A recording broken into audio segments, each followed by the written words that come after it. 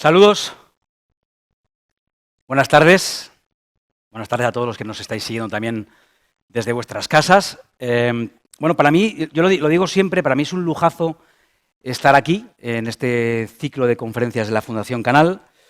Además, hoy con un título, una ponencia bien sugerente, el cambio climático desde el espacio.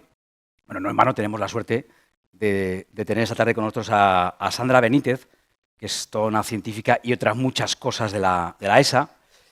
Y suerte, por cierto, dejadme que lo diga, lo quiero decir, una suerte que es con una consecuencia directa del empeño de la Fundación Canal, y os aseguro que esto lo digo libremente, nadie me ha puesto un puñal en el pecho, de hecho, si lo hubieran intentado no lo diría, pero lo digo porque soy libre para decirlo y porque además creo en esto. La Fundación Canal pone mucho empeño en crear, cultivar y mantener este espacio de conocimiento compartido, este espacio además en el que nos hacemos preguntas libremente, es un espacio libre. He dicho muchas veces la palabra espacio porque vamos a hablar de espacio. Y además yo voy a intentar hablar despacio, también, porque me han dicho últimamente que hablo muy rápido. Es un espacio en el que nos hacemos preguntas libres y en el que hoy vamos a conjugar dos cosas que aparentemente, y muchos seguro que lo estáis preguntando, pues aparentemente o intuitivamente no sabemos qué pueden tener que ver, ¿no? Cambio climático y el espacio. Supongo que muchos de vosotros habéis hecho esa misma pregunta. Dos cuestiones que, por un lado, a mí por lo menos me encanta, ¿no? Me encanta por separado el cambio climático y el espacio, pero hay preguntas que yo me hacía cuando sabía que nos acompañaría en el día de hoy Sandra y que, por lo tanto, pues ya pongo sobre la mesa, ya se las hago a Sandra y ya os las hago un poco a todos, ¿no? ¿Qué puede enseñarnos el conocimiento del espacio sobre el cambio climático? ¿Qué pueden enseñarnos? Es más, probablemente hay una pregunta previa a esta, ¿no? Desde la distancia y desde, por supuesto, la ignorancia, así que yo ya confieso tener sobre el asunto, ¿no? ¿Cómo es posible que una visión de la Tierra desde el exterior nos ayude a mitigar y adaptarnos al cambio climático? ¿Es eso realmente importante? ¿Qué nos puede enseñar el espacio del cambio climático? ¿Hay relación? De haber relación, ¿por qué yo no he oído hablar mucho más de esto? Casi es la primera vez que yo escucho hablar de esta relación. Y ahondemos, porque intuyo que la respuesta a todo esto es que sí, ¿no? Que sí, que hay espacio, vale, que hay relación. Pero, ¿qué programas específicos se están llevando a cabo ya, con nombres y apellidos? ¿Qué se está haciendo tangible, tocable, ¿no? ¿Cuánto dinero nos estamos gastando en esto? Porque hay que saber si realmente apostamos por las cosas sabiendo el presupuesto que le dedicamos a esto. ¿Ya hay resultados cuantificables? ¿Hay resultados medibles? Y esos resultados, ¿qué nos anticipan? ¿Qué nos dicen? ¿Debemos ser optimistas o pesimistas a la luz de los datos que están arrojando esos estudios? Y ya me pregunto cosas barriendo para casa, ¿no? ¿Hay programas científicos que relacionan el cambio climático y la enseñanza desde el espacio Made in Spain? ¿Hay españoles trabajando en esto? ¿Hay inversión española? ¿Hay presupuesto dedicado a pensar en esto? Bueno, pues son un montón de preguntas. Al final han salido unas cuantas preguntas que me temo, o mejor dicho, me alegro de que hoy tengamos en la sala a una persona, al menos una persona que tengo la seguridad de que puede responder a casi todas estas preguntas, que es Sandra Benítez. No voy a decir todo tu currículum, Sandra, sería imposible, pero sí hay unas cuantas cosas que, bueno, que me gustaría decir sobre ella antes de que escuchemos su conferencia con calma. Sandra es doctora en astrofísica por el Instituto Max Planck de Astrofísica de Garching, en Alemania. Actualmente desarrolla su labor como científica, educadora y responsable de comunicación del Centro Europeo de Astronomía Espacial de la Agencia Espacial Europea. Entre otros programas, coordina el programa educativo CESAR, sobre el espacio para centros educativos y universidades.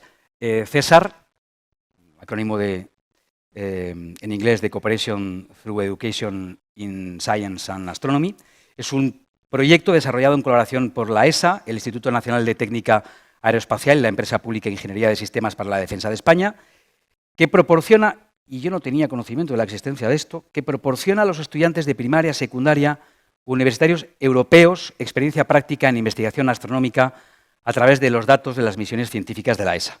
Además, este proyecto también ofrece programas de formación para profesorado, parece súper interesante, en los campos de las ciencias del espacio, la radioastronomía, para que los docentes puedan llevar a cabo proyectos científicos junto con sus alumnos. Bueno, Baste decir también que anteriormente a esta labor actual ha trabajado como divulgadora científica en el Instituto de Astrofísica de Canarias, en el Museo de Astronomía de Río de Janeiro en Brasil.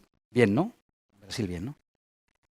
Ha coordinado un montón de actividades de divulgación científica en países de Europa, África, Asia, Latinoamérica, dentro del programa itinerante de divulgación sobre astronomía Galileo Mobile. Imparte conferencias, charlas. En definitiva, pone todo su empeño en dar a conocer la ciencia en entornos educativos, en entornos profesionales, y ha colaborado y colabora en el desarrollo de abundante material educativo y de divulgación.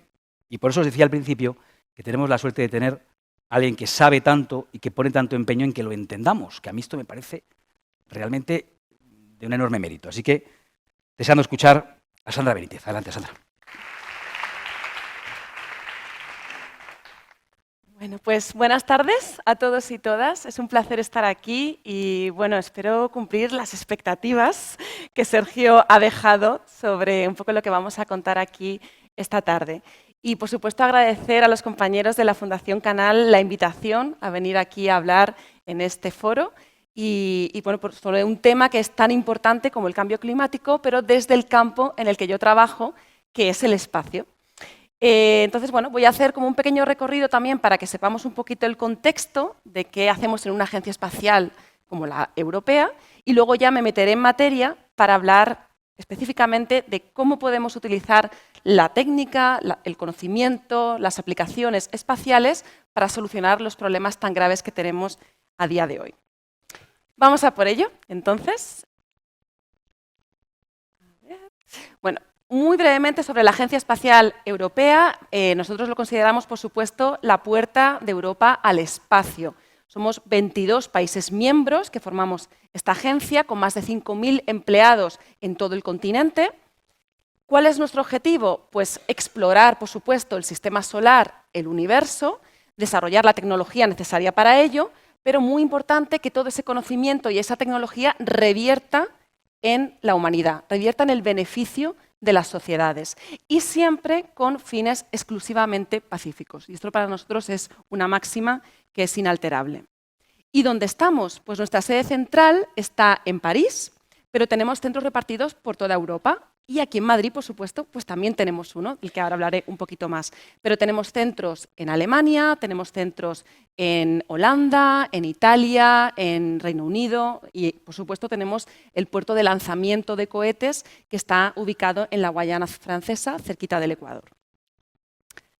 Este es el centro donde yo trabajo, Centro Europeo de Astronomía Espacial, porque nosotros hacemos astronomía, pero desde el espacio no utilizamos los clásicos telescopios a los que a lo mejor estamos más acostumbrados, sino que utilizamos grandes misiones espaciales que están observando desde lo más pequeñito, como pueden ser planetas o estrellas, hasta el universo como un todo. Y es interesante dar a conocer un poquito este centro, que es relativamente desconocido, porque está aquí en Madrid, está apenas a 20 kilómetros de donde nos ubicamos ahora, en Villanueva de la Cañada, y donde trabajan más de 400 personas de diferentes perfiles. Por supuesto, ingenieros, ingenieras, científicos, científicas, pero mucho personal también que nos apoya desde la administración hasta el derecho espacial, que también existe. Algunas pinceladas muy rápidas de la parte, digamos, más científica, que a lo mejor es el concepto que más sabemos sobre el espacio. Pues algunas de las misiones que ya están en operación o que han sido recientemente lanzadas y qué es lo que están haciendo. Y que además se llevan, toda la parte de diseño científico y de tratamiento de datos, se llevan desde aquí, desde Madrid. Por ejemplo, una misión que ha sido la más productiva de toda la historia de las misiones espaciales es la misión Gaia, que está estudiando nuestra galaxia con un detalle absolutamente, no ha habido precedente, digamos, para intentar entender bien pues cómo se comporta la galaxia, cuál es su estructura, qué tipo de estrellas hay en nuestra galaxia, y de hecho recoge de cada una de las estrellas que podemos ver en la galaxia, hasta 1/3 de todas las estrellas de la galaxia, recoge parámetros como la temperatura, los movimientos, las velocidades, y esto es muy importante para los astrofísicos, para saber un poco realmente dónde estamos viviendo, porque sabemos que nuestro sistema solar está embebido en esta gran estructura que es la Vía Láctea. Otro ejemplo es la misión Euclides, que no sé si a lo mejor les suena el nombre porque se lanzó justamente ahora en verano, en julio, Aquí tienen una imagen donde la pueden ver ya en las últimas fases de test, en una de las cámaras de vacío que tenemos gigantes en nuestros centros en Holanda. De hecho, creo que es la mayor cámara de vacío de toda Europa. Y aquí pues ya poniéndolo a punto justo antes de trasladarlo a la Guayana Francesa. Y Euclides lo que va a intentar desentrañar es los grandes misterios que ahora tenemos en la astrofísica, que es la materia oscura y la energía oscura. Con una cámara gigantesca que tiene en su interior, va a mapear todas las galaxias que pueda del universo observable y hacer un mapa tridimensional muy preciso de cómo están distribuidas esas galaxias. Sabiendo un poco cómo está distribuida la materia luminosa, también podemos tener mucha información de cómo está distribuida la materia oscura, esta gran desconocida, ese gran misterio, pero que gracias a Euclides vamos a poder realmente entender mucho mejor. Otro ejemplo también muy reciente, apenas en primavera de este año, la misión JUICE, que bueno, pues es una misión diferente de exploración y que está realmente yendo ahora mismo, en estos mismos momentos, hacia Júpiter y todo su sistema de lunas. Júpiter tiene más de 80 lunas, es un sistema muy complejo, con un campo magnético muy grande, que hace efectos importantes en esas lunas, pero hay 3 mundos de estas lunas que son mundos helados, que tienen cortezas bajo las cuales sabemos que hay océanos de agua líquida, con lo cual en el sistema solar pues son algunos de los lugares más interesantes para poder buscar vida. Y aquí en las imágenes pues también ven a los compañeros de ingeniería pues poniendo a punto estos satélites, que como veis son realmente muy grandes. Y luego en la otra imagen un dibujo que se pintó en el propio Ariane, en el lanzador que propulsó esta misión de JUICE y que fue pintado por una niña refugiada ucraniana, porque también, bueno, desde la Agencia Espacial Europea tenemos muchísimos programas educativos para diferentes públicos también, ¿no? Y estamos siempre con esta cuestión de promocionar la paz y la colaboración entre diferentes estados, organizaciones, comunidades. Pero ahora realmente vamos a entrar en la materia del cambio climático y aquí va a venir esa relación que nos comentaba Sergio de que tiene que ver una cosa con la otra. Hay algo que es bastante desconocido y es que la Agencia Espacial Europea tiene un programa muy potente, y aquí me voy a permitir decir que es el más potente a nivel mundial, de observación de la Tierra. Es decir, satélites que no solamente están mapeando el universo y nuestra Vía Láctea y nuestro sistema solar, sino que están mirando a casa, están mirando a nuestro planeta y lo están mirando con un detalle impresionante que nos está ayudando ya a día de hoy a ver los efectos del cambio climático y sobre todo a proponer soluciones, porque realmente el mensaje de hoy es un mensaje positivo y hay muchas cosas que se están haciendo y que se pueden hacer. ¿Cuál es la inspiración de este programa que surgió hace ya más de 20 años? Obviamente comprender la Tierra también nos interesa desde un punto de vista científico. Hay muchísimos geólogos, biólogos, científicos medioambientales que utilizan nuestros datos de observación de la Tierra. Luego crear nuevas aplicaciones científicas, pues justamente para que podamos utilizar todo este conocimiento en ese beneficio que comentaba al inicio y que nos ayude a afrontar los desafíos planetarios. Aquí les he puesto un poco las categorías que tenemos de misiones de observación de la Tierra. Ven la cantidad de flota que tenemos, más de 40 satélites que están observando día a día nuestro planeta. La primera categoría en verde es la de ciencia, o sea, son misiones que están realmente diseñadas con un objetivo científico específico y ahora mostraré algunos ejemplos, pero puede ser, pues, por ejemplo, estudiar las corrientes marinas y la salinidad del mar, o estudiar la humedad de los suelos en los continentes, o estudiar los hielos en la Antártica. O sea, tienen objetivos muy concretos. Luego tenemos toda la flota de Copérnicos, que además es un programa que se hace con la Comisión Europea, o sea, en paralelo, digamos, a todas las políticas públicas que implementa la Comisión Europea, pues se basan también en toda esta flota de satélites y estos son los que llamamos los centinelas, son los que están constantemente vigilando todos los fenómenos que están pasando en nuestro planeta y ahora mismo también voy a dar varios ejemplos. Y luego tenemos pues, una pequeña flota también de satélites de meteorología, obviamente, pues porque también nos interesa tener este servicio a disposición de los ciudadanos europeos. Aquí tenemos una animación de uno de estos centinelas, de uno de estos vigilantes, el 5P, que se encarga de tomar muestras de la atmósfera y analizar en detalle su composición. Y esto es muy importante porque aquí podemos ver el grado de contaminación que tiene la atmósfera y podemos elaborar mapas de mucha precisión de la calidad del aire a nivel global. Además, no solamente mide diferentes constituyentes de la atmósfera, sino que también nos ayuda a mapear el agujero de ozono, el famoso agujero de ozono, que sabemos que hace ya un par de décadas pues era un problema realmente muy grave, que se ha ido paliando justamente porque hemos dejado de utilizar ciertos aerosoles nocivos, pero que todavía hay que seguir monitoreando y teniendo una inspección muy, muy cercana, y desde el espacio es el mejor sitio para verlo. Otro ejemplo, el Centinela número 1, que lo veis aquí. Pues esto básicamente lo que tiene es un radar muy preciso con el que puede mapear diferentes movimientos tanto de tierra como de agua, incluso también de hielos. Entonces se utiliza, por ejemplo, para estudiar los terremotos desde el espacio con el objetivo de que en un futuro puedan ser incluso predecibles. Y otra de las cosas que hace es estudiar los glaciares, estudiar las grandes masas de hielo, cómo se están viendo afectadas por el calentamiento global del planeta, por las corrientes marinas que cada vez traen agua más cálida. Realmente vemos en la Antártica cómo se van desprendiendo esos grandes bloques de hielo. Lo vemos en directo, en tiempo real, porque una cosa que no he mencionado es que las misiones de ciencia tardan un poco en procesar los datos, luego se disponibilizan a toda la comunidad, por supuesto, pero los centinelas es que realmente es en tiempo real. O sea, podemos estar buscando imágenes de lo que pasó ayer y están completamente disponibles. O sea, que vemos en tiempo real qué es lo que está pasando. Otro de los centinelas, por ejemplo, que estudia, el Centinela 3A, estudia, digamos, la dinámica global que existe entre la atmósfera, los mares, los continentes. O sea, nos da una panorámica de todo este ecosistema a nivel global que es nuestra Tierra y mide diferentes parámetros. Un parámetro muy importante es cómo ha ido aumentando la temperatura continental también, que no solamente la marina, sino la temperatura continental. Y aquí tenemos, por ejemplo, datos creo que son de 2016, en un periodo de julio a octubre, para mapear cómo están cambiando nuestros veranos. Que nuestros veranos sabemos que se están recrudeciendo cada vez más, estamos pasando cada vez peores veranos, y esto es una forma realmente muy, muy fácil y además muy precisa de ver qué está pasando con esas temperaturas, y ahí vemos pues, todas las zonas rojas que identifican temperaturas de más de 50 grados, por ejemplo, y estamos viendo que estos son datos ya incluso un poco antiguos, de 2016. Si tomáramos de los últimos 2 años, pues veríamos ya temperaturas en diferentes puntos que superan, ¿no? Los 50 grados.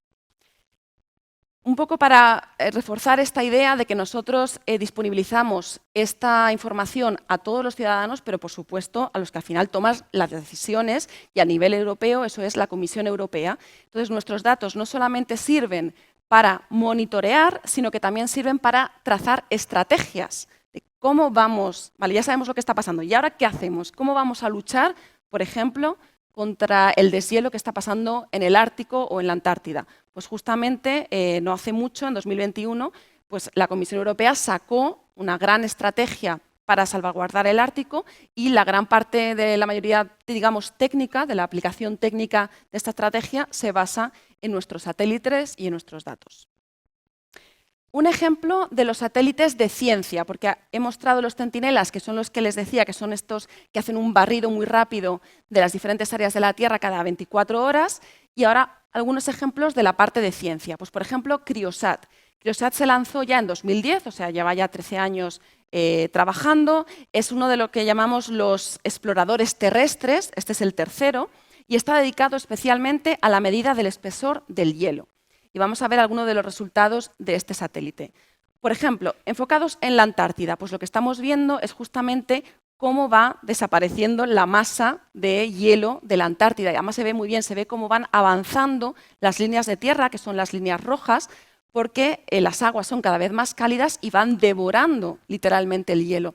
Y lo que es más preocupante, según dicen los biólogos marinos, que yo no soy experta en eso, pero no es solamente que la parte, digamos, que está sobre la superficie vaya disminuyendo, sino que también las corrientes están afectando al hielo que está adherido al propio océano. O sea, que lo que está siendo más afectado, con gigatoneladas de pérdidas al año, son las partes, digamos, que están subacuáticas, ¿no? Que están sumergidas, y que eso acelera el proceso de derretimiento global de la Antártica. Otro ejemplo del CryoSat es estudiar los glaciares, por ejemplo en la Patagonia, que son algunos de los glaciares que más sufren a nivel mundial. Es muy difícil estudiar in situ esta retirada de los glaciares porque tienes que llevar allí equipos muy costosos, las condiciones son muy duras, entonces hacerlo desde el espacio con unas buenas cámaras, unos buenos instrumentos es relativamente sencillo. Y lo que se ve y lo que se va a ir mostrando en esta película es que desde los años 2011 a 2017 se han reducido drásticamente los glaciares en Patagonia. O sea, realmente es una preocupación muy grande porque van a desaparecer en no mucho tiempo. Y aquí vamos viendo todas esas curvas, es unas curvas por años del espesor de los glaciares. Y eso es lo que llamamos la retirada de los glaciares. Hay alguno que persiste, pero en general vemos que la tendencia es a retirarse y decrecer. Entonces, estos datos, pues cualquier persona que esté trabajando en el cambio climático, específicamente en glaciares, los puede utilizar para hacer también predicciones y para ver un poco pues, qué pasa a escala global.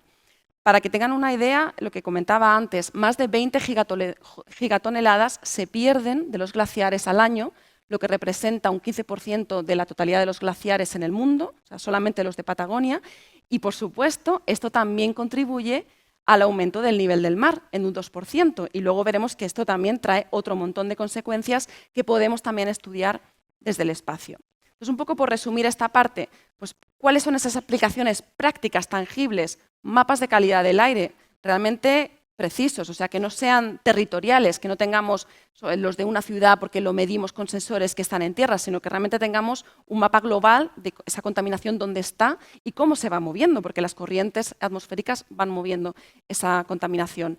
Monitoreo de inundaciones, que anda que no hemos pasado también un verano con la Dana con muchísimos problemas, pues podemos en tiempo real ver dónde están esas inundaciones, qué está pasando con esas áreas inundadas, y estos datos son muy importantes para los planes de rescate y de evacuación, y son lanzados directamente a los gobiernos que los piden, por supuesto, y a todas las organizaciones de emergencia que trabajan en las áreas afectadas. Y esto también nos sirve pues, no para inundaciones, pero para incendios forestales, que también en nuestro país pues, gravemente es un problema que nos pasa todos los veranos sobre todo, pues son herramientas muy precisas para poder ir viendo cómo se va desplazando el fuego, hacia qué direcciones, y entonces podemos dar avisos en tiempo real a los equipos que están trabajando para mitigarlos.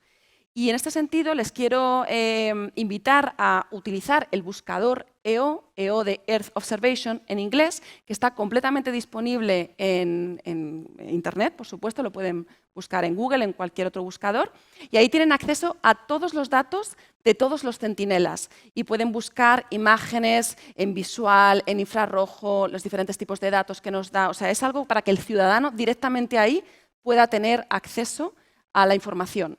Nosotros lo utilizamos mucho a nivel educativo con el proyecto César que ha comentado Sergio, porque es una herramienta fantástica para que los más jóvenes pues, se conciencien de lo que está pasando, que no se lo está contando alguien, si es que ellos lo están viendo en directo pasar, porque el buscador lo puedes hacer por área y lo puedes hacer por fecha, o sea que puedes buscar ayer qué estaba pasando en tu ciudad, en tu pueblo o en una zona que te interese investigar.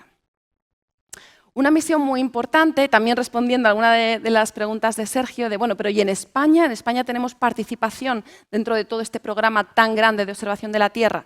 Pues sí, tenemos una misión muy curiosa que se llama la misión ESMOS, que fue lanzada también hace 13 años, en principio con un periodo útil de solamente 5, pero ha aguantado y sigue trabajando y nos sigue dando unos datos súper interesantes. Se lidera directamente desde España, o sea, el equipo de control está en España y el equipo científico que procesa los datos está en España, en el centro donde yo trabajo. Es una colaboración que se hace entre España y Francia. Y, por ejemplo, algo que nos tocó muy de cerca pues fueron también las grandes sequías que azotaron España en 2022, que además ahí vemos una comparativa, en 2021 la imagen de la izquierda y en 2022 la imagen de la derecha. No fue solamente en España, sino que afectó a toda Europa, pero aquí en España fue especialmente pues importante en toda la zona del Ebro. Y una cosa muy curiosa, y es que ESMOS, utilizando sus datos, también hace modelos de simulación para ver qué efectos pueden tener ciertas causas, como puede ser una sequía. Entonces, ESMOS ya había predecido el impacto que una sequía de estas características podía tener en las cosechas de cereales. O sea que incluso con estas herramientas podemos también prever el impacto económico bueno, que obviamente nosotros lo que queremos es sobre todo salvar vidas, pero también queremos saber pues, qué impacto va a tener en nuestra economía. Y como decía, yo trabajo con ellos constantemente, están en Madrid, de hecho son personas que también les gusta mucho hablar del tema de la observación de la Tierra y que es un trabajo que se lidera desde aquí. Otra de las misiones sería Aeolus, se llama, en plan muy bonito y muy romántico, la misión de los vientos, fue lanzado en 2018 y Aeolus lo que hace es básicamente una medición súper rigurosa de los vientos desde la superficie de la Tierra, o sea, desde los 0 kilómetros hasta la estratosfera, o sea, unos 30 kilómetros aproximadamente. Se apoya mucho en satélites que ya miden condiciones meteorológicas y también aporta mucha información para que esas predicciones sean cada vez mejor. Y además lleva a bordo el primer LIDAR espacial, que no es otra cosa que un pequeño láser que va emitiendo pulsos ultravioletas, como están viendo ahí, y va viendo la respuesta de las diferentes capas de la atmósfera. Y con esto lo que conseguimos es trazar muy bien la velocidad de los vientos y la dirección de los vientos. Y esto nos ayuda pues, muchísimo, obviamente, para las predicciones. Algunos exploradores terrestres futuros que van en los próximos años, en el 2024 y en el 2025, van a ser lanzados. Biomass es una misión súper interesante porque va a estimar, justamente como su nombre indica, la biomasa terrestre, va a estimar la densidad forestal y su altura. Y otra muy interesante también es FLEX, que va a medir la fluorescencia vegetal, que es un indicador muy claro de los procesos de fotosíntesis. Además, también FLEX va a poder medir el carbono que está almacenado en toda la vegetación y cómo contribuye esto al ciclo de carbono global y al ciclo del agua. O sea que son misiones que tienen también unos objetivos científicos muy interesantes y que estarán operativas muy prontito.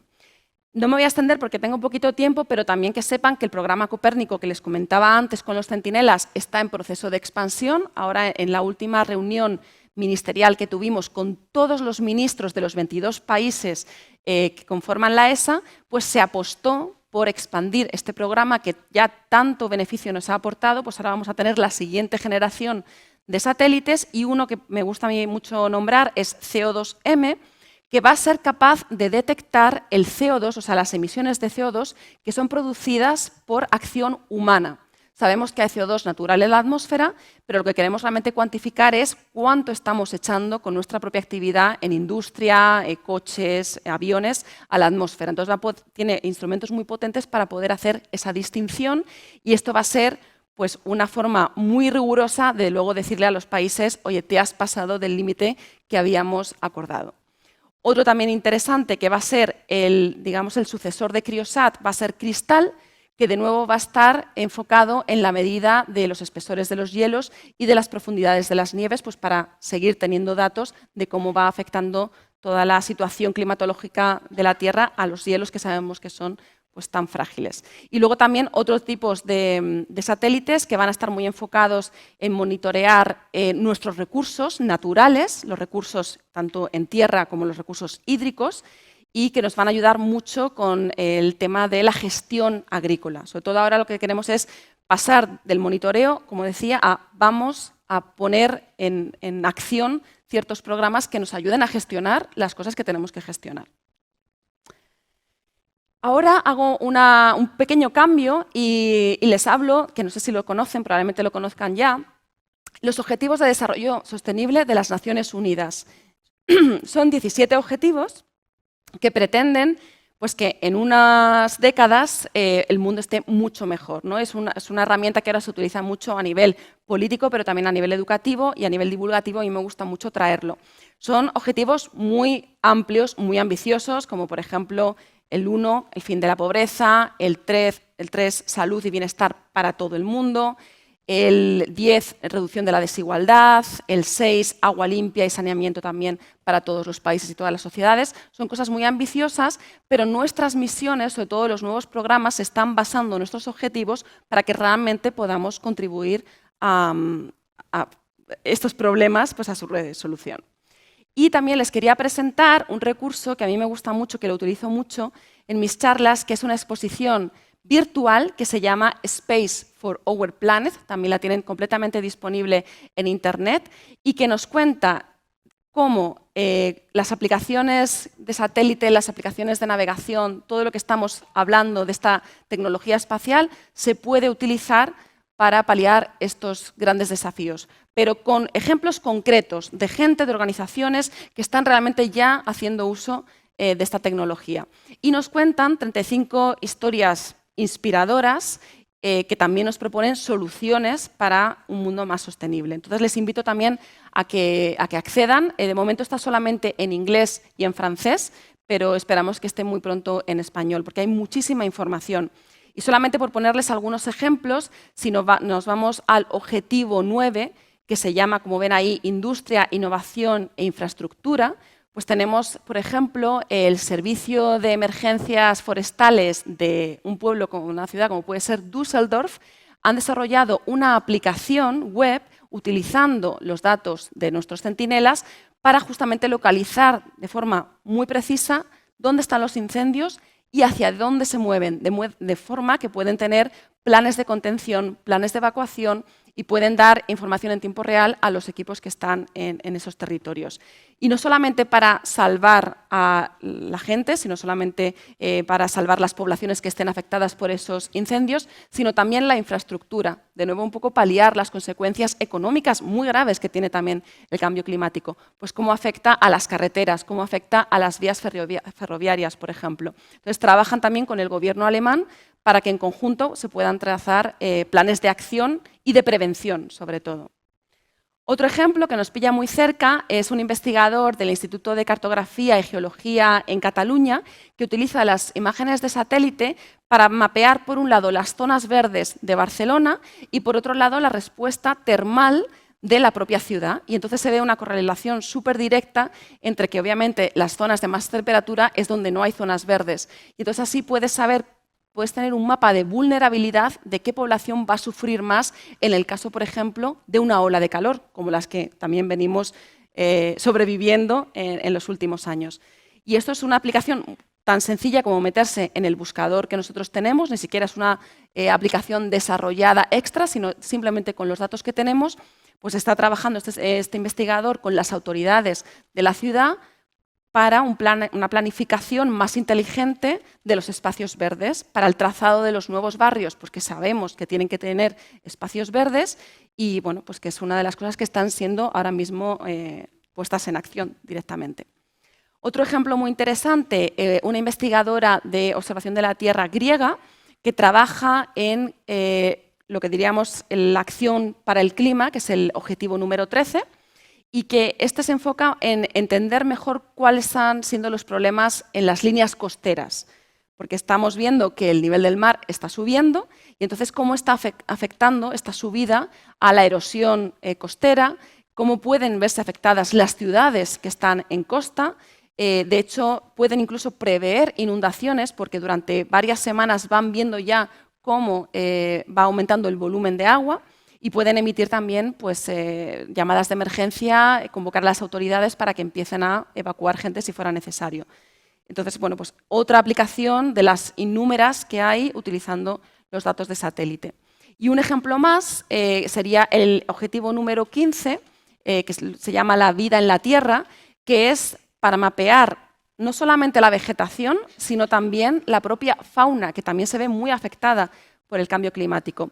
Esto, por ejemplo, es un investigador en Ecuador que utiliza los mapas satelitales para identificar dónde han quedado las selvas, dónde han quedado las masas forestales en Ecuador, que por cierto se han destruido en la última década más del 98%, y sobre todo cuáles son los principales corredores migratorios que utilizan diferentes especies, y algunas de esas especies que además están en peligro de extinción.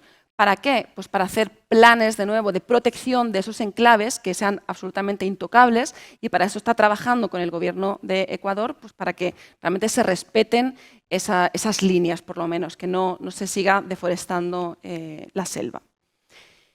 Otro pequeño cambio. Ahora lo que quiero es un poco convencerles de esa relación que sí que hay entre el espacio y el cambio climático. Yo utilizo mucho un concepto que no es para nada nuevo y que ya lo utilizaba el gran divulgador Carl Sagan, que es el pequeño pálido punto azul.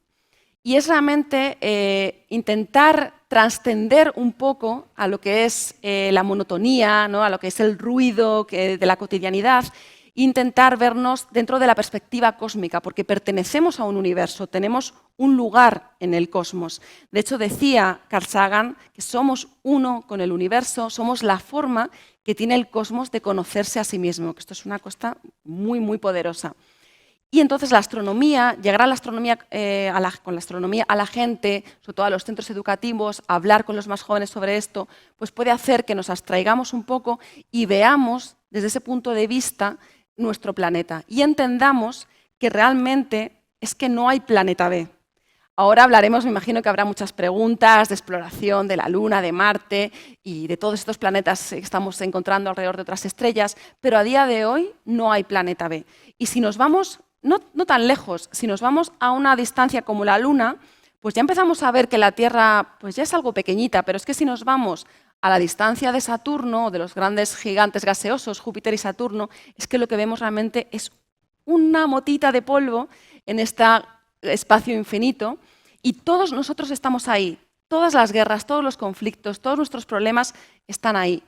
Pues realmente esta perspectiva creo que puede ayudar a que queramos mucho más a nuestro planeta y a que seamos conscientes de que lo que tenemos que cuidar. Entonces, es una cosa que yo uso mucho, sobre todo con las generaciones más jóvenes, que están muy concienciadas, pero que hay que seguir concienciando. Y para terminar, pues comentarles un poquito justamente lo que estaba diciendo Sergio, que tenemos una iniciativa dentro de la Agencia Espacial Europea aquí en Madrid, también en colaboración con otras organizaciones, que se llama César, con el objetivo primario, por supuesto, pues de fomentar el interés en la ciencia de los alumnos y de los profesores, que tengan ese acceso real a los datos, porque así como los datos de observación de la Tierra están disponibles, los datos que tomamos con nuestras misiones satelitales que están viendo las galaxias, las estrellas, digamos la parte más astrofísica, también está gratuitamente disponible y hay muchas herramientas que se pueden utilizar para trabajar con ellos. Potenciar de esta forma, con esta perspectiva del pálido punto azul, el pensamiento crítico, el dónde estamos, el que se cuestionen, ¿no? Y que realmente pues, tomen acción, en este caso contra el cambio climático, y por supuesto también promocionar la igualdad y la inclusión en un mundo pues, tan difícil a veces como es el científico. En definitiva, utilizar la astronomía para concienciar de la importancia del cuidado del planeta. Y con esto acabo. Muchísimas gracias por su atención y ahora me imagino que habrá preguntas.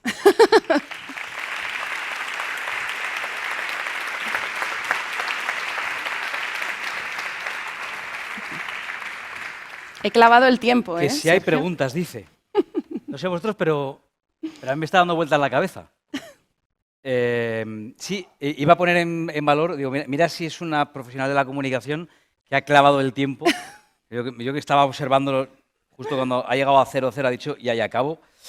No sé, yo tengo muchas preguntas, e imagino que vosotros también, así que hagamos una cosa, sincronicemos relojes, tenemos aproximadamente, ahí lo veis, una media hora de conversación y yo os pediré que si tenéis preguntas que hacer, os han dado papel, boli, por lo menos papel, el boli lo pedís, al de al lado, hacernos llegar vuestras preguntas, porque me las pasan y yo se las hago a ella y es la mejor manera de que satisfagáis vuestra curiosidad o podáis hacer preguntas directas a la que sabe, que ha demostrado que además de saberlo, lo sabe contar muy bien, que es una cosa que yo, de hecho, lo ponía en valor, Sandra, porque me parece que es muy difícil contar cosas tan complejas y contarlas como tú las cuentas, ese esfuerzo que haces. Mientras, yo te haré muchas preguntas desde las curiosidades más tontas que me han surgido viendo la exposición, como otras preguntas un poco más, probablemente de enjundia. Pero voy a empezar por una chorra que sabes que me encantan las chorradas.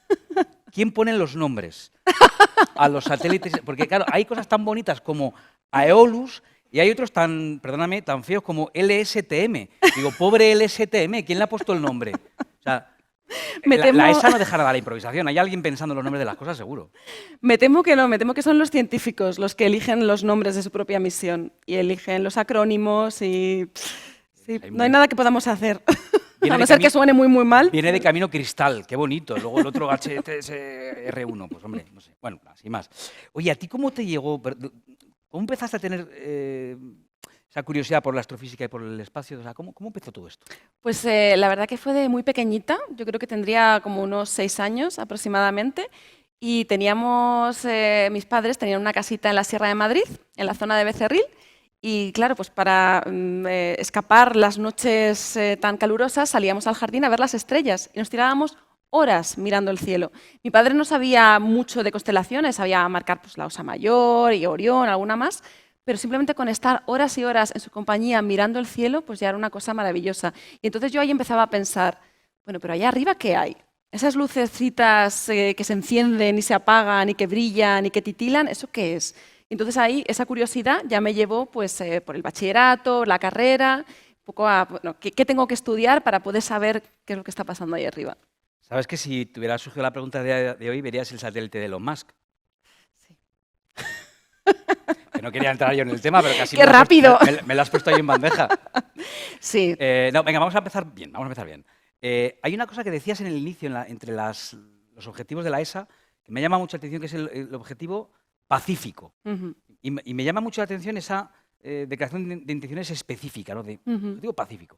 ¿Es así con todas las agencias? O sea, No es así con todas las agencias, o sea, también tradicionalmente, como ha sido la carrera espacial, había muchísimo de conquista y nosotros nos hemos querido quitar ese término de conquista del espacio porque no vamos a conquistar nada, lo que queremos es explorar el espacio y esa exploración inevitablemente nos va a generar una producción de conocimiento científico y eso luego lo queremos que retorne.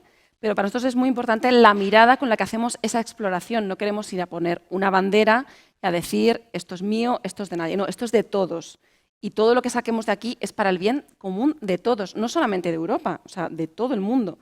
Para nosotros es importante que eso quede claro. Hay agencias espaciales más modernas que se han creado también un poco con esa filosofía, pero bueno, todavía hay algunas pues, que van más a la parte de la conquista. y no solamente es una declaración de intenciones, sino que y esa es la parte en la que, pues decía, vamos por partes, que hay algo muy interesante ahí y que yo al menos desconocía, que es todos esos datos están abiertos casi en tiempo real, o sea, Sí, conforme se van tomando los datos y se pueden poner a disposición del público, están abiertos totalmente. para todos. Para todo el mundo. En el caso de los centinelas es que se bajan diariamente y ahora mismo puedes mirar lo que pasó ayer.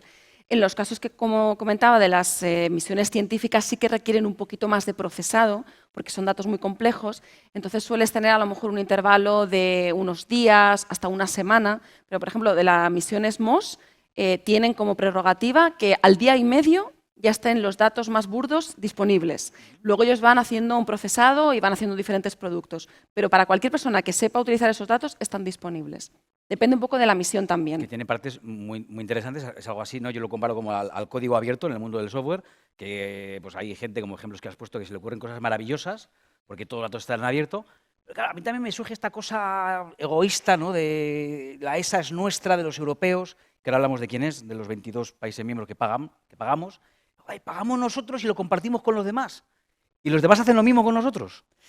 Hay de todo, ¿Mm? hay de todo. En general sí que hay muy buena colaboración con otras agencias espaciales, o sea, con la NASA, por supuesto, con JAXA, por ejemplo, de Japón, incluso con la China, con la India, que recientemente también están avanzando muchísimo. Sí que hay un ambiente de colaboración, obviamente luego cada uno pues, tiene sus objetivos y a lo mejor compartirá un poquito más de información de una cosa y un poquito menos de otra. Pero en general sí que hay muy buena dinámica de colaboración, porque también es verdad que incluso siendo una agencia espacial muy grande, no puedes hacerlo todo solo. O sea, nuestras misiones se hacen en colaboración con otras agencias, pero desde el lanzador hasta los instrumentos que van a bordo de la misión. Las de la NASA también, tenemos muchas que son compartidas, como por ejemplo el famoso James Webb, Hubble también es una colaboración de la NASA con la ESA. O sea que en general sí que hay muy buen rollo. Hay buen entendimiento y Sí. hay buen rollo, entendimiento. Y, claro, Sí. y ahí es donde yo marcaba un poco el debate que imagino que también se suscita en el seno de la ESA, que es el de las empresas privadas, cuyos objetivos no son precisamente altruistas como sí son los datos que comparte la ESA, ¿no? Ujú. Y imagino que habrá cosas positivas que puede hacer la empresa privada y no pueden, a lo mejor no pueden ponerse de acuerdo 22 Estados miembros, pero hay otras cosas. Sí, es verdad que el tema de la empresa privada es complejo porque tienen sus propios intereses particulares que además suelen ser económicos. Entonces no se preocupan mucho con que los resultados de sus acciones pues, puedan o no afectar al resto de la gente. Por lo que comentabas, pues todas los satélites de Starlink que está poniendo Elon Musk, un poco con la justificación de dar acceso a Internet a todo el mundo, que eso está muy bien, pues también está causando unos problemas en la comunidad astronómica brutales, porque ya no puedes tomar una fotografía del cielo oscuro porque vas a tener interferencias de un montón de satélites que tienes que corregir, tienes que pasar un tiempo ingente corrigiendo. Yo creo que lo importante es acercarse también a esas empresas y también colaborar con ellas e intentar pasarles un poco de nuestra filosofía. Nosotros mismos en la ESA a veces hemos usado lanzadores que no son de agencias espaciales o que son de otras o que son de alguna empresa porque teníamos esa necesidad. Yo creo que lo importante es la colaboración, el hablar, el entenderse y también un poco pasar el mensaje a esas empresas de si es que estamos todos en el mismo barco, en el mismo punto azul. Es que si nosotros nos vamos a pique, tú te vas a pique también, porque de nuevo, aunque Elon Musk tenga una flota estupenda de lanzadores y de cohetes, ahora mismo no hay planeta B. Vamos a la parte de cambio climático. Ya, ¿no? Yo creo que ya a mí al menos me ha ayudado a modelarme en la cabeza dónde está la ESA y qué cosas hace y por qué esa declaración de principios pacífica. Tú has dicho, he anotado una frase que me ha llamado mucho la atención, que tú eres optimista. Sí. Tú quieres lanzar un mensaje optimista. Pero claro, uno va viendo los resultados de los datos que ya nos están mandando los Centinela, los satélites, etcétera, y no he contado muchos resultados optimistas. Sí aplicaciones optimistas, como esta de Düsseldorf, que me ha encantado, ¿no? Para predecir incendios o para saber dónde hay incendios. Pero, ¿de dónde te viene a ti el optimismo? Está claro que los datos arrojan una realidad que es la que es. O sea, estamos asistiendo en directo a los efectos del cambio climático desde el espacio. O sea, estamos viendo la degradación forestal, estamos viendo los problemas que tenemos con los glaciares, estamos viendo la contaminación a nivel global. O sea, eso es verdad. Yo me iría más a la otra parte. O sea, ¿qué hacemos con esa información? No nos podemos poner a llorar. Tenemos que, bueno, pues ahora con esto, ¿qué hacemos? Es que he contado 4, pero es que si vais a esa exposición hay un montón de gente que es que se está remangando y está diciendo, bueno, pues con estos datos yo lo que voy a hacer es un plan para trabajar con comunidades locales y mejorar la gestión agrícola para que justamente no deforestemos ciertas áreas que son protegidas. O sea, hay muchas cosas que la gente ya está haciendo y que se está moviendo. Los datos son los datos. Es verdad que nos están diciendo la historia que mucha gente todavía no se quiere terminar de creer, pero lo estamos viendo. Ahora lo que tenemos que hacer nosotros es, vale, con esta información, ¿cómo nos vamos hacia adelante? Los datos son los datos. Hay un viejo adagio periodístico y las opiniones son libres. Yo no sabía, hasta que buceaba un poco por ahí, por internet, conversaciones tuyas y cosas que has explicado y has dicho, yo no sabía que el centro neurálgico en el que se reciben todos los datos de la ESA, todos los que habéis visto y todos los que no nos ha enseñado Sandra porque no había tiempo, todos se reciben en España. Somos expertos en eso. Sí, bueno, es verdad que tengo que hacer un matiz porque los programas científicos están divididos. El programa, digamos, astrofísico y el programa de observación de la Tierra. Todo lo que tiene que ver dentro del programa astrofísico se recibe en Madrid. O sea, todas estas misiones que yo he contado al principio de Gaia, Euclid, JUICE y todas las anteriores, todo tenemos los datos físicos, o sea, los racks de almacenamiento de datos están aquí en Madrid. El programa de observación de la Tierra tiene su propio centro de almacenamiento que está en Italia, que es el centro realmente de la ESA que lleva más esa investigación. Pero todos los datos astrofísicos se gestionan desde aquí, desde Madrid. ¿Eso no es alguna ventaja? ¿Hay alguna razón por la que se decidiera eso? ¿O sencillamente somos un hub de comunicación porque estaba bien situado y ya está? Bueno, básicamente porque cuando aquí se instaló nuestro centro, lo que se quería tener era a los científicos, o sea, porque nosotros tenemos como un 40% de la plantilla que son puramente científicos que usan esos datos para hacer ciencia y los queríamos trabajando con los equipos de procesado de datos. De forma que el científico le diga, mira, necesito que me saques estas gráficas, estas imágenes, esta forma de codificar la información. Los queríamos trabajando juntos. Entonces fue una consecuencia natural de poner a todo el mundo trabajando en el mismo centro. No sé si estás preparada para las preguntas que ya me están llegando. O sea, no es que esté yo aquí leyendo WhatsApp que me llegan de amigos. No. Vamos a por Estoy leyendo vuestras preguntas y aquí ya hay verdaderas joyas. Sí, ahora pasan a recoger. Mira, hay más preguntas. Prepárate porque hay muchas preguntas. Yo tengo alguna curiosidad más de estas mías random. Has hablado antes del lanzamiento, ¿no? ¿Tú has estado en un lanzamiento? Ay, no, todavía no. ¿Tienes ahí pendiente? La espinita clavada, sí. Sí, yo realmente entré en la agencia hace 2 años, o sea, llevo poquito tiempo. Hasta ahora había siempre trabajado en grandes telescopios, en grandes observatorios, como por ejemplo en Atacama, en Chile o en las Islas Canarias. Y ahora es donde me he metido, ¿no?, en la parte de astronomía espacial y todavía no he podido ir a un lanzamiento, pero espero muy pronto Tienes eso ahí, ¿no? poder ir. Imagino que Sí. se habla mucho de ese momento en el Sí, es entorno. muy especial. Son como los momentos cumbre, ¿no? Sí, sí. Además, este año, por ejemplo, que hemos tenido 2 lanzamientos, que eso también es bastante raro. Hay años que pasan que no tienes ningún lanzamiento y este año, porque se retrasó el de Euclid, que tenía que haber sido el año pasado, pues al final se retrasó para este año.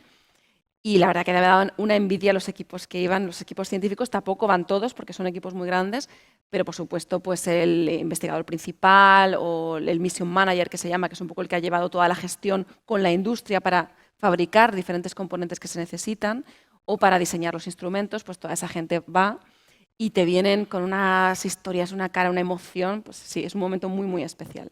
Pero bueno, yo los he seguido online, como si yo hubiera estado ahí. Bueno, es que es un momento.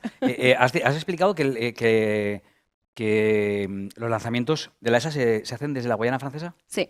O sea, que donde en las pelis vemos Houston tenemos un problema, nosotros diríamos Guayana tenemos un problema. Sí, exacto. ¿No? Kourou tenemos un problema, Kourou, que es la ciudad we have de a problem. Guayana Francesa. A little Sí, problem. sí. Bueno, venga, preguntas. Leo te pregunta, ¿qué es exactamente, me encanta la pregunta, porque tienes 2 minutos para responder, ¿qué es exactamente la materia oscura? Sí. ¿Quieres papel y boli? Dios mío. Bueno, es muy buena pregunta, muy complicada de responder también, pero bueno, la materia oscura es algo que nosotros detectamos cuando miramos a las galaxias, vemos que la rotación de esas galaxias no se corresponde a lo que debería ser si solamente hubiera materia luminosa. Va mucho más rápido de lo que realmente debería rotar, por ejemplo, las galaxias espirales como la nuestra. Entonces, la única forma de poder explicar eso desde el punto de vista físico es que hay mucha más materia que no vemos y que está haciendo que se acelere esa rotación. Por otro lado, también en cúmulos galácticos vemos que las galaxias interaccionan de una forma que tampoco se explica si lo único que hay es esa materia luminosa. Entonces, se le llamó materia oscura a un tipo de materia que sí que pesa, es decir, observamos su efecto gravitatorio, lo podemos medir muy bien, podemos incluso, si hay un cúmulo de materia oscura, podemos literalmente pesarlo, pero que por alguna razón no interacciona con el resto de partículas luminosas. Entonces, todavía no sabemos qué partícula es, cuál es la naturaleza de esa partícula, pero sí sabemos a ciencia cierta que existe y además es que permea todo el universo. Está incluso a niveles muy pequeñitos en el sistema solar, a nivel de galaxia y a nivel de cúmulos de galaxias. Una de las cosas que va a hacer Euclides es justamente responder a esa cuestión. ¿Qué es la materia oscura? De hecho, tú decías en la primera explicación, ¿no?, que Euclides nos va a ayudar a saber cómo están distribuidas tridimensionalmente las galaxias. Yo solamente escucho la numeración de la frase y ya me da vueltas la cabeza. ¿Tú duermes bien? Sí, estoy acostumbrada. Parece una pregunta chorra, pero no, lo digo en serio, porque a vosotros nos pasa que cuando te pones a pensar en esto, y ese es el efecto del que tú hablabas, ¿no? Pálido punto azul. O el overview También effect, se llama ¿no? el overview effect, sí. Esta historia de que, claro, les pasa a los astronautas, a nosotros todavía no, ya viajaremos al espacio, pero de ver ese puntito azul y tomar un poco conciencia de lo insignificante que somos en el conjunto del universo y al mismo tiempo la cantidad de problemas absurdos que nos amargan el día a día, ¿no? Sí. Entonces, claro, cuando piensas estas cosas, la materia oscura, la distribución de las galaxias, lo inmensamente gigante que es el universo, que somos incapaces de abarcarlo mentalmente, te decía, tú te comes mucho el tarro, decir, porque claro...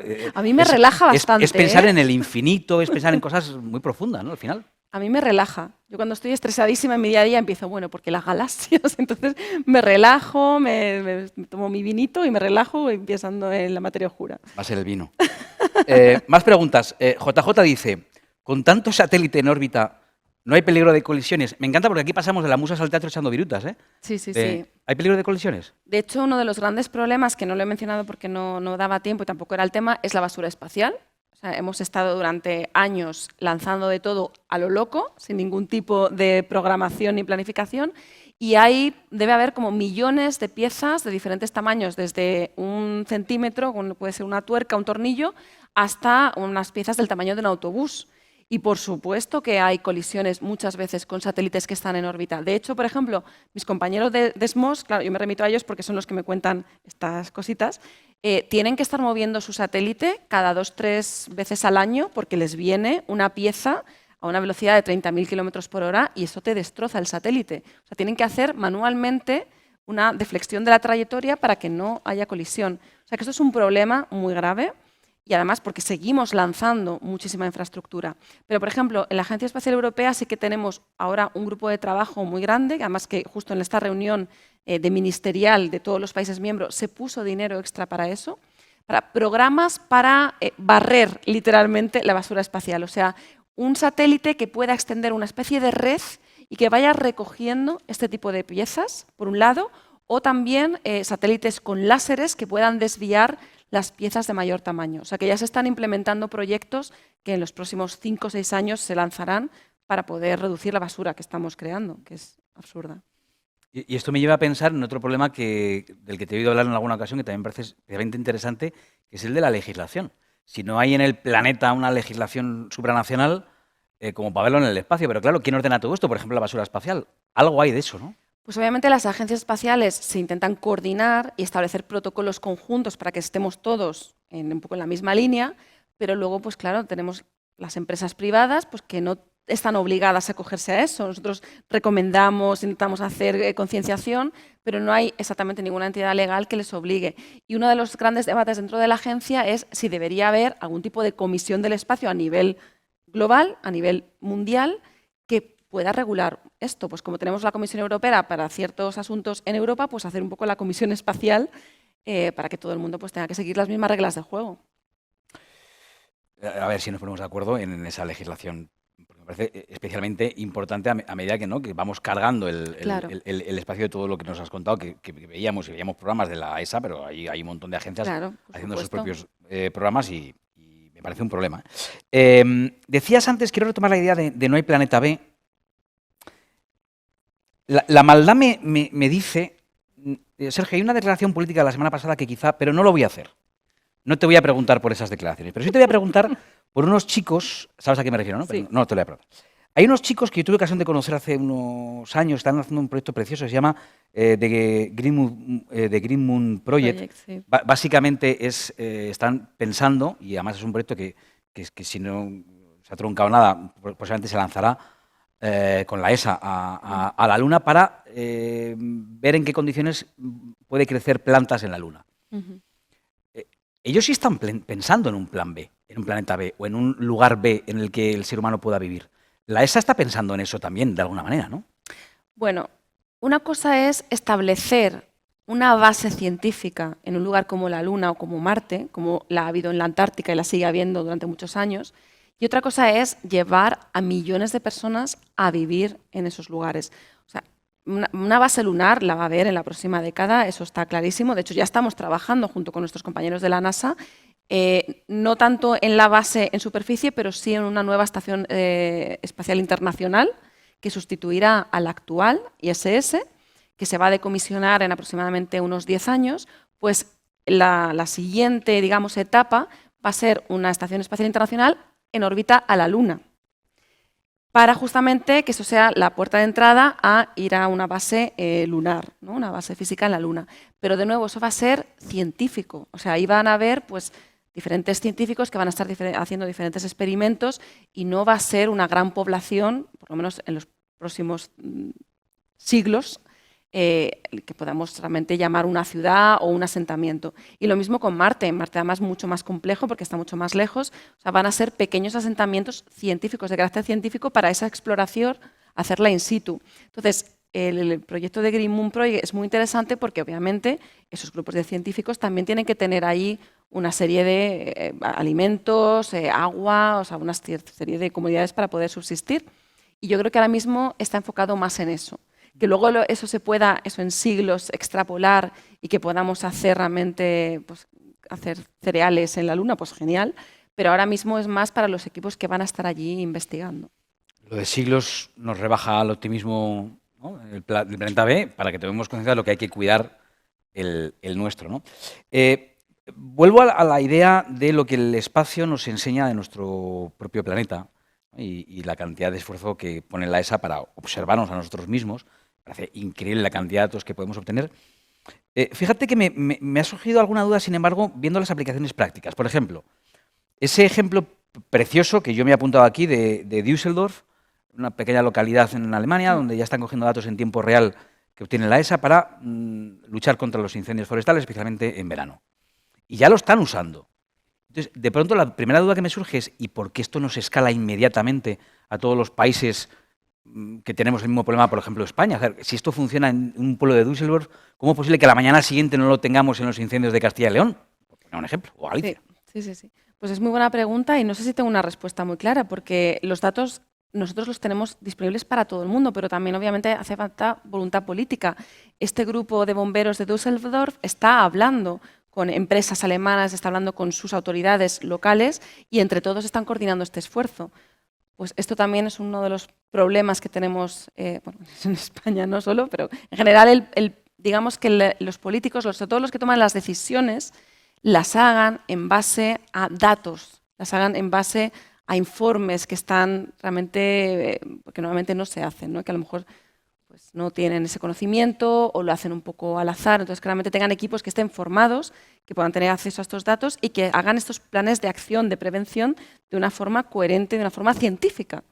Y bueno, eso es un poco también lo que nosotros estamos intentando. Nosotros hablamos muchísimo con los gobiernos de los 22 países para que sepan que tienen disponibles estas herramientas y que les podemos ayudar a hacer cualquier tipo de implementación. Y bueno, es una conversación que va poquito a poco. Va, pero poquito a poco. ¿Tienes la sensación en general de que la gente conocemos el trabajo que hace la ESA y lo valoramos? Te voy a responder yo. Yo creo que hoy he aprendido un montón de cosas que normalmente me interesaría mucho si las hubiera conocido antes. Sí. Yo creo que no estamos, digamos, en el conocimiento de lo general del público. Es verdad que el trabajo que se hacía, por ejemplo, aquí en Madrid hasta ahora ha sido muy científico, muy técnico, y hasta hace muy poquito no había ni una unidad de comunicación ni una unidad de educación. Entonces, ahora pues han entendido que hay que también tener este tipo de profesionales trabajando ahí, entonces estamos intentando pues llegar un poquito más a los ciudadanos, por lo menos sobre todo de Madrid, que sepan que es una instalación que está a nada y además es que se puede visitar, es que se puede ir allí a ver cómo trabajan los científicos. Entonces, creo que todavía no es muy conocido a nivel España, pero bueno, creo que poquito a poco sí que se va dando a conocer y esa es la misión que tengo yo como responsable de comunicación. Preguntas.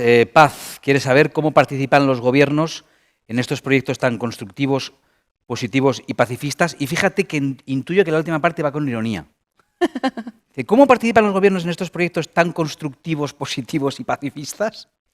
Pues es un poco lo que comentaba antes. Nosotros no podemos forzar a ningún gobierno a hacer absolutamente nada. Nosotros sí que tenemos reuniones anuales con los gobiernos para explicarles los avances que estamos haciendo, porque al final lo que hablábamos, estamos utilizando el dinero de los contribuyentes. O sea, todos los países están pagando realmente por estos programas, tanto astrofísicos como de observación de la Tierra. Entonces, nosotros sí que intentamos facilitar ese acceso de los gobiernos a los datos, pero no podemos imponer ningún tipo de acción.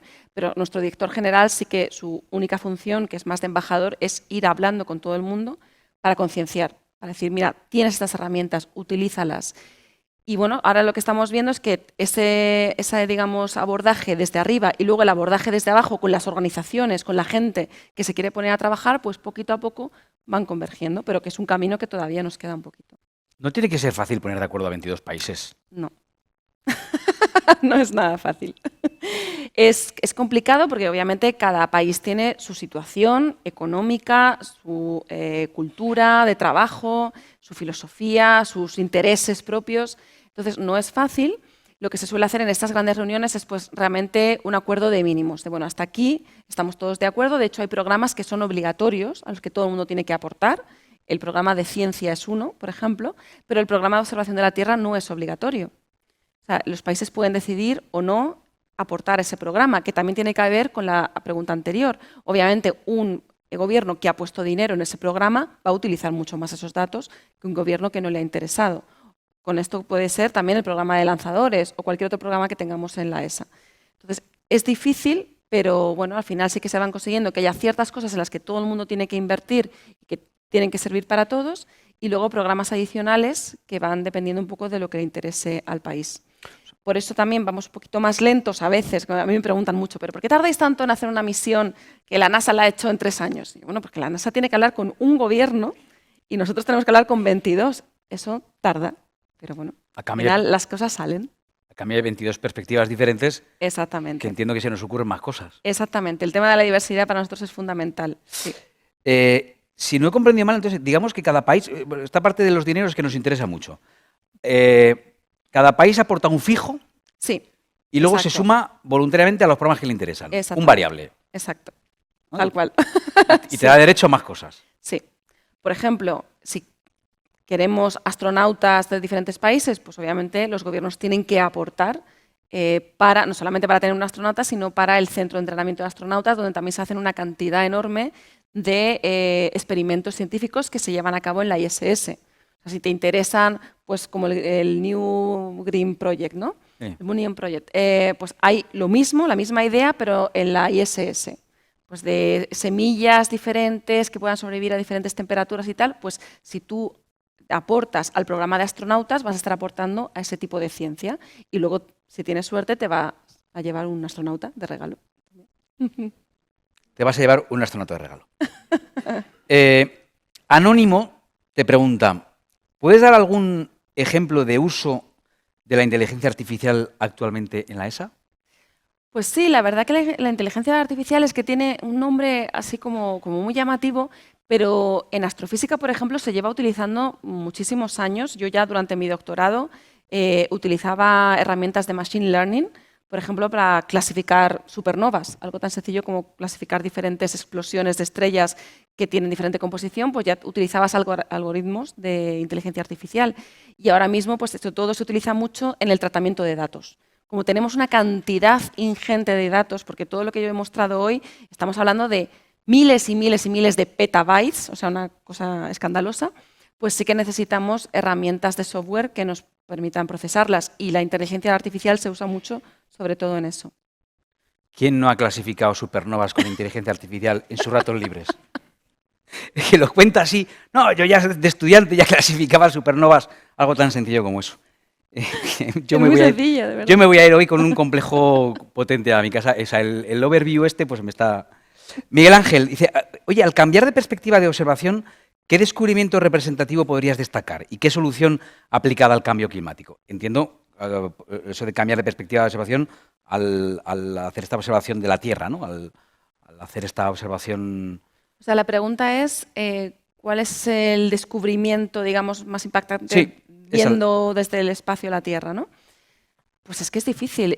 Yo creo que lo más doloroso, sobre todo yo cuando manejo mucho estos datos, es lo que comentaba de los deshielos, por ejemplo. O sea, es que lo estás viendo cómo se van fragmentando. Entonces, a mí realmente me causa dolor ver esas imágenes. O los incendios. Cuando, me acuerdo además, hace 2 años estaba en Atenas en una conferencia y justo acababa de ocurrir un incendio, pues muy cerquita de la ciudad, y estábamos con los datos del buscador EO viendo cómo iba avanzando el incendio. Y también, igual, dolor. Era como, Dios mío, pero que hagan algo, que es que está llegando y que lo estamos viendo en tiempo real. Entonces, hay muchas cosas que son realmente impactantes. No podría decir solamente una. Mi visión como humilde periodista es que yo creo que desde que el ser humano asistió a una retransmisión en directo a la llegada del hombre a la Luna, yo no había nacido, pero parece ser que ese momento, los que lo vieron en directo, fue impactante. Es como que nuestro límite de sorpresa es casi ilimitado, ¿no? Es decir, cualquier día nos vuelven a intentar colar la idea aquella de que ya tenemos constancia de vida extraterrestre y cualquier día nos levantaremos, lo veremos en las noticias y diremos, pues claro, lo que yo decía, ¿no? Sin ninguna capacidad de sorpresa. Pero sin embargo, los que trabajáis de cerca, creo que cada día os emocionáis con cosas. Sí. En el trabajo diario, ¿cuándo salta en el trabajo, cuándo salta el oh, el wow, ese efecto wow? ¿Qué tiene que ocurrir para que vosotros os emocionéis? Bueno, yo creo que a los que trabajamos con temas astrofísicos es algo muy sencillo. O sea, es que solamente con ver una galaxia que acabas de tomar con tu telescopio, además que la has tomado tú, es que a mí ya eso me producía lágrimas. Yo también, pues cuando iba a observar buscando supernovas, justamente, iba a Atacama a observar y estaba toda la noche buscando supernovas, galaxia tras galaxia, imagen tras imagen, y no conseguía nada. Llevaba 12 horas ahí y de repente aparecía una galaxia con un puntito un puntito de luz que era una supernova, bueno, unas lágrimas, por favor. O sea, realmente para nosotros lo tenemos muy fácil, porque a la mínima que observes el universo, hay cosas tan bonitas, hay cosas tan interesantes que ese wow te sale casi todos los días. Y esas imágenes en 4K, en 8K, en una ultra alta definición que llegan de lugares remotos de la galaxia, eso me emociona a mí. Cuando lo recibimos en la redacción, para vosotros tiene que ser tremendo porque hay mucho trabajo detrás de esas imágenes. Muchísimo no trabajo. No se reciben así, No. se reciben datos. Bueno, hay telescopios que sí que toman imágenes reales, pero es verdad que lo toman en diferentes filtros, luego esos filtros se tienen que combinar para dar la imagen en color, o sea que hay un proceso muy, muy importante, y luego ya si tomas en otras radiaciones infrarrojo, ultravioleta, ahí sí que son datos puros y duros que reconstruyes de nuevo en una imagen. Entonces, obviamente sí, hay muchísimo trabajo, pero es verdad que una vez que lo ves, y además, sobre todo cuando también hablas con el equipo que ha procesado esos datos y te lo cuentan ellos también de mira lo que he conseguido, ven a verlo, también ese compartirlo, ¿no?, juntos, pues hace que tengas el wow diariamente. Te pregunta Ruth, 40 satélites exploradores solo en Europa. ¿Cuántos existirán a nivel mundial? Es más, ¿existe algún plan para reciclar toda esa basura espacial? Que en una parte redundante, o casi redundante, pero otra... Pues la NASA también tiene un plan de observación de la Tierra menor y menos potente que lo que tenemos en la ESA. No sabría decir el número, sé que son pues, una veintena también de satélites. Y luego las agencias espaciales como Japón, ESA, China, India, también están empezando a crear sus propios programas de observación de la Tierra. Es mucho, es mucho. Yo creo que lo importante es lo que dice Ruth, que cómo luego esto se vuelve a bajar a la Tierra. Y de hecho, las nuevas misiones que nosotros estamos diseñando, tenemos esto en la cabeza, o sea, no solamente lanzarlo y que se quede ahí flotando para siempre, sino cómo puedes luego ir a recogerlo con un cohete o que tras su vida útil, pues que tenga como un comando de que, vale, pues a esta, pues llevas 7 años, a partir del 7º año, pues ya vas volviendo a la Tierra. Lo que pasa es que hacer una entrada controlada es muy difícil. Nunca puedes saber a ciencia cierta dónde va a caer y entonces tampoco quieres poner en riesgo a cualquier tipo de población. Pero bueno, que son cosas que se están hablando. Intentar que la flota sea totalmente reciclable. Sí, además me gusta mucho el término. Ahí pone que el tiempo está cumplido. En realidad era el tiempo de charla entre Sandra y yo, pero evidentemente estáis a tiempo de formular las últimas preguntas si es que alguien tiene... esa típica pregunta que dices, ¿la hago o no la hago? Me da vergüenza hacerla, que suelen ser las divertidas, las que llegan al final, esas que están ahí resistiéndose. Tengo una pregunta más de momento que me ha llegado y un par más de curiosidades que yo tengo. ¿Por ahí hay alguna pregunta? Pues ahora pasan a recogértela. Espero que sea de esas potentes, las que digo yo, ¿no? Vaya. A ver si no vas a preguntarle ahora qué es. A ver. Ahora pasan a recoger por ahí una pregunta. Y mientras, hay alguien que tampoco ha querido decir su nombre, anónimo, que dice, ¿hay alguna decisión política concreta? O sea, aquí ya te piden decisiones concretas, medibles. ¿En la Unión Europea en base a hallazgos obtenidos por la agencia? Sí, de hecho, creo que lo comenté, por ejemplo, la nueva estrategia del Ártico de la Comisión Europea está completamente basada en nuestros datos científicos y como eso también otras estrategias que tienen que ver con ecosistemas, protección de masa forestal, protección de fauna, o sea, protección de espacios marinos, o sea, sí que los hay un montón. O sea, la Comisión Europea es verdad que es el que más nos escucha. O sea, otras autoridades nos escuchan menos. Pero la Comisión Europea, pues, para todos sus planes de actuación, utiliza nuestros datos. Porque también ellos están poniendo recursos para hacer la flota. Estaba a punto de decir, digo, si la Comisión Europea es la que más escucha, esto es complicado, ¿eh? Yo, fíjate, al hilo de esto, de lo difícil que es poner de acuerdo a 22 países y 22 intereses diferentes y tal, me surge, no tienes por qué decir el país, pero si ya en un grupo de WhatsApp siempre hay uno que es especialmente pesado, dificilito, ¿no? Siempre, entre los 22 hay uno, no me lo digas, pero hay uno que hay uno que dices, ya está tocando la... ¿Sí? ¿Esto pasa? Sí. Digamos que también hay que tener en cuenta que cuando se firmó el tratado de creación de la agencia eran muchos menos países, eran 10 países entre los que España estaba. Por supuesto, estaban los grandes países, Alemania, Francia, Inglaterra. Bueno, pues que son países muy potentes. Lo vemos no solamente en la Agencia Espacial, sino lo vemos en otros escenarios, ¿no? Entonces, lo que sí que vemos es que ellos todavía pues, quieren tener mucho control un poco de por dónde van ciertos programas.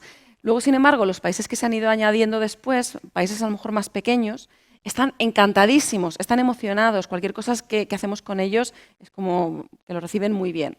Entonces, bueno, pues los países grandes, potentes, pues también son los que más aportan y entonces son un poco los que más peso tienen en ciertas cosas. Entonces, no diría dificilillo, pero bueno, sí hay que como convencerles un poco más. Lo de dificilillo lo digo yo ya.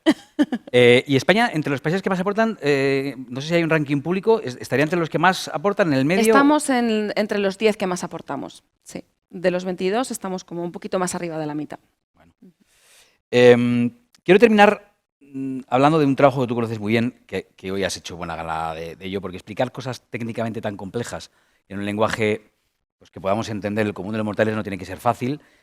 Ahí es donde entra el proyecto César, para hacerlo con alumnos, para hacerlo con profesores, para hacer programas educativos, para acercar todo este conocimiento a la gente, ¿no? A la calle. Háblanos un poco de ese programa y sobre todo de qué grado de penetración crees tú que tiene y cuánto más se puede mejorar, ¿no? Y quiero decir, como aquí te están viendo, pues aviso a navegantes, Sí. a ver si alguien te quiere recoger el guante.